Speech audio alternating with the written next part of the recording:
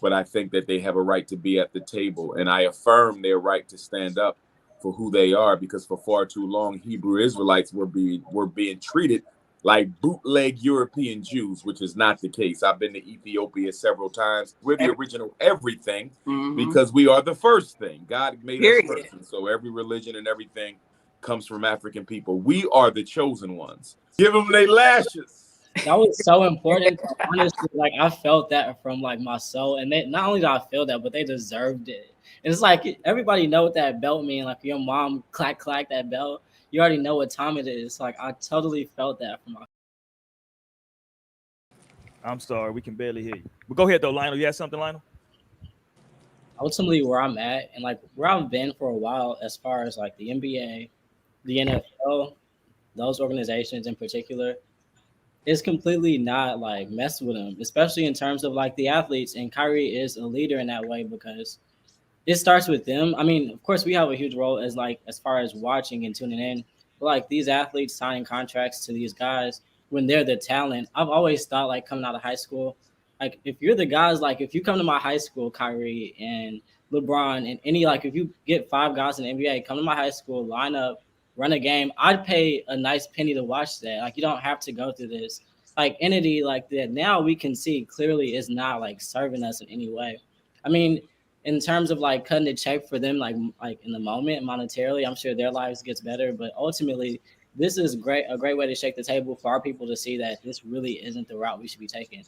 Ultimately, we got to be reclusive with everything. And I've always looked at the NBA and NFL. I feel like Kaepernick's situation was a great time for people to look at that and like, okay, how much energy am I giving the NFL in terms of how they respond to what we're going through as a people?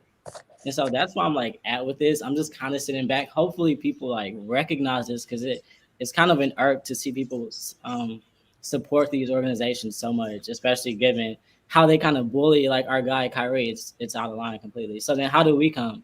What's our response? That's a great point. Sorry. I really was hoping that the brothers and sisters in New York City pick up the mantle of this issue and organize some sort of a march or rally, not just in support of Kyrie Irving, but in support of free speech, because Kyrie Irving is obviously the centerpiece of this issue, but it's not limited to him. I see it on a much larger scale. And I think what is at issue here is free speech for Black men whose opinions do not confirm the narrative of the power structure. They made Jalen Rose apologize a few days ago for saying that we should know the name of the woman who was involved in the Ime Udoka scandal with the Boston Celtics. And I agree with him. Due to reasons of white privilege, they kept her name out of the press, but ran his all through it. And I think we had a right to know who both of them were. And Jalen Rose was made to apologize for that. Of course, we saw another sister who just got fired from MSNBC or CNBC for comments she made on Charlamagne the God's podcast. So we're starting to see the power structure clamp down on people's right to give their opinions. Right. You have to confirm what they say and what they believe, or they will try to cancel you.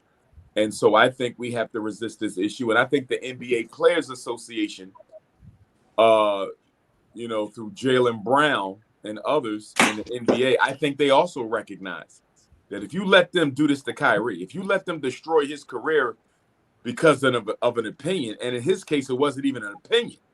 All he did was tweet a DVD that's been for sale for years on Amazon. And because he retweeted it, they want to destroy his career off of a retweeted DVD for sale.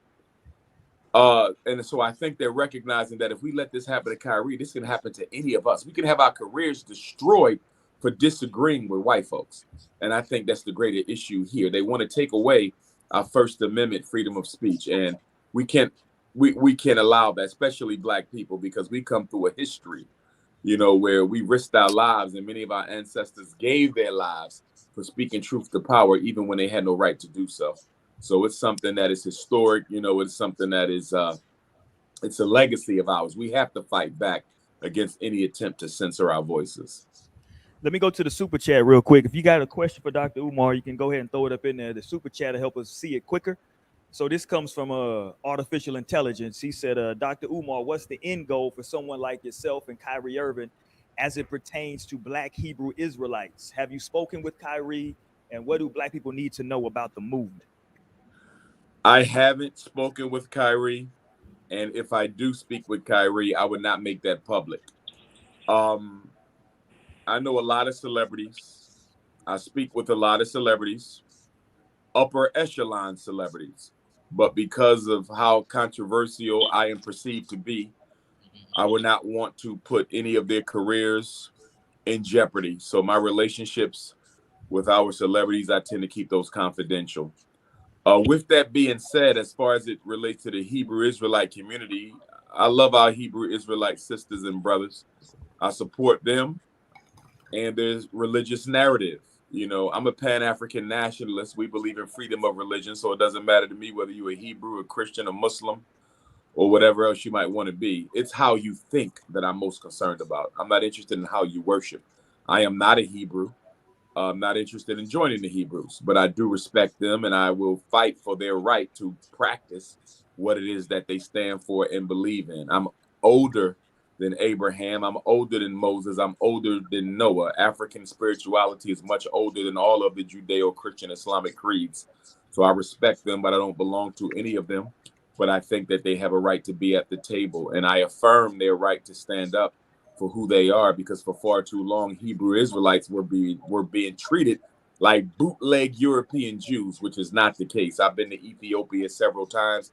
Ethiopia is home to one of the oldest Hebrew Israelite communities in the history of the world. And so I do know that we in fact are the original Hebrews, but we're the original Christians, we're the original Muslims, we're the original everything, because we are the first thing. God made us first. And so every religion and everything comes from African people. We are the chosen ones. Being chosen, in my opinion, has nothing to do with what you believe. Being chosen has everything to do with who you are. We're the first people, we're the oldest people. We built everything from the pyramids to hip hop. There's no more creative people than African people. You look at our inventions and what we made. You look at our DNA and how we're the only people who can recreate ourselves in any other group. The white man cannot recreate himself in any other group. He has to mate with a white woman to make a white man. I can mate with any woman and make a black man, although I should not be doing that because I should be practicing loyalty to African women. But we're the chosen ones. As far as I'm concerned, religion don't make you chosen. Being African is what make you chosen, being God's first people. Peace to that. Speaking of Africa, let me put this up before I forget. This is our sister. What? Tell me what year this was, Naomi. Let me put up a picture real quick. This is you, Doc, and our sister Naomi, right there. Yes, it was in 2017, Dr. Umar. I saw you speak at Panafest in Ghana. Wow. Yes, wow. And that was my first time seeing you speak, and it was like, it was such a feeling. It was my first time in Africa, and of course we were at the Elmina Castle, so like, it was just such a powerful moment. So yes, I got to actually see you speak. I loved it. Yeah, I got a little backstory from the 2017 Panafest in Ghana as well. Okay. You probably remember this, but when I spoke there in Elmina, reverential night, when we marched to the slave dungeon, and then there's an entire program there, very beautiful, with entertainment, music, speakers, the traditional chiefs, the rulers, they speak. Of course, I speak. And so they put me early in the program. I don't know why they did that. You don't put Dr. Umar early in a program because I'm very popular. And so when I finished speaking, I had to use the restroom. So I slid off to the side of the stage to go to the restroom. I did not know that all the West African youth were waiting over there to greet me. I was going to the restroom. And so when I turned the corner, it was all these African youth, and they just went crazy the minute they saw me. And so naturally, I had to stop and take pictures and do that. And then the next day, when I saw one of the traditional rulers, he said that I had been accused of disrupting reverential night by making it all about me. And that I pulled the youth away from the rest of the program, that they left to come and talk to me. And I said, I didn't do anything like that. I had to use the men's room. I didn't know the youth were waiting on the other side of that wall. But once they embraced me, I couldn't turn them away because it's not like I'm in Africa every day. I said the mistake was not mine, but the mistake was you all's, because you had no business putting me that early in the program. You know, that's an issue that I go through occasionally, where people sometimes just don't want to respect who I am in the culture. And they'll put me early in the program, and when I'm done speaking, everybody's going to leave because there's few orators who can do what I do on a microphone. And so that's what happened in Ghana that night, good sister, and it caused a little bit of commotion. And I had to answer to the elders for being completely innocent about a mistake that they made by putting me so early in the program. You don't put Dr. Umar. That is so funny, because I definitely do remember crowding around. That's how I got in the picture. That's how I got that picture, because a line had got created. I doubt if they do it again. Now they know. Put me Look, late now for they people. know for sure. Hold on, but speaking about, so we got Dr. Umar with us live on No Strings Attached, man. Thank you for coming on with us, Dr. Umar. I was a little skeptical. I was like, I don't know if he gonna hit me back or not, and we gonna make this happen. But shout out to you, brother. Like, I'm grassroots. I'm grassroots. You know. I will say this about Dr. Johnson. He's one of the, as far as I'm concerned, we've been doing this show for a long time. Y'all know this crew. I've reached out to a lot of people. And I always say this, Dr. Umar Johnson's cell phone number is kind of like the rapper Mike Jones's cell phone number. Everybody remembers that number because he says it so much. So you know the number.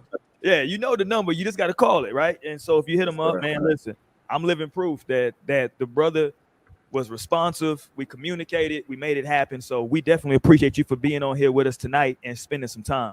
No problem. I want to say this, though, because we're talking about very serious information. And I heard you talk about it briefly, but I want to go into it again. I heard you talk about it on another show recently. One of the things that you do in your work, in a very serious work, is you do a lot of videos, a lot of lives, a lot of IG lives. I know you... I was watching when you got suspended live on TikTok.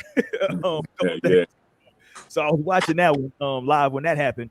But something that happens to you a lot is some of your commentary gets turned into memes, right?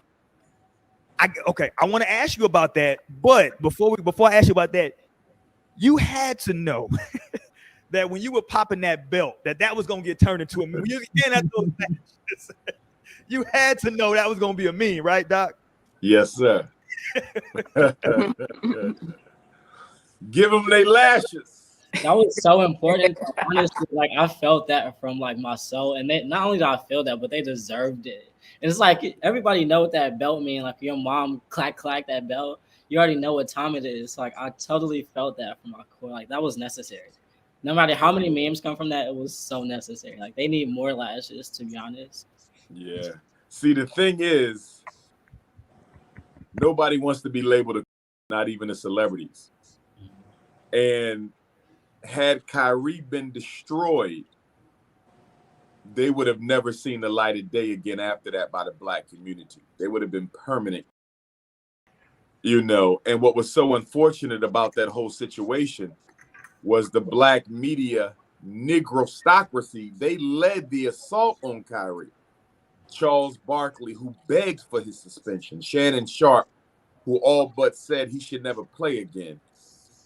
Stephen A. Smith with some very, very critical and incendiary comments. Richard Jefferson and Jalen Rose, and they just went on and on and on. And I'm watching their commentary, and I'm saying to myself, the Jewish community don't have to say nothing. The Blacks are lynching him themselves. The white power structure doesn't even have to open their mouth. Charles Barkley and Shaquille O'Neal was enough. And then you add Jalen and Stephen A. And my God, it was an embarrassment to see Black men do that to one of their own just to curry favor with their employer. That was sad. It was sad. And I think Black men in particular, we really need to look in the mirror, because we have not been on our job this century. I'm going to just say it. These first 22 years of the 21st century, as far as I'm concerned, Black men, we have been in our worst shape that we've ever been in America. 400 years, I've never seen Black men this irresponsible to the community, this selfish, this uninvolved with the youth, this uncommitted to Black women. We're not building no institutions. We're not tackling any problems at all. Most of the professional Black men I know live in white neighborhoods. They hardly come to the Black community, if at all. I just really think as black men go, so will the black community go. We need to get our act together. We cannot keep talking about how we are kings and yet we don't act like that. You know, we are an embarrassment right now. And I'm speaking collectively, not individually, but as a population, black men have not been taking care of business.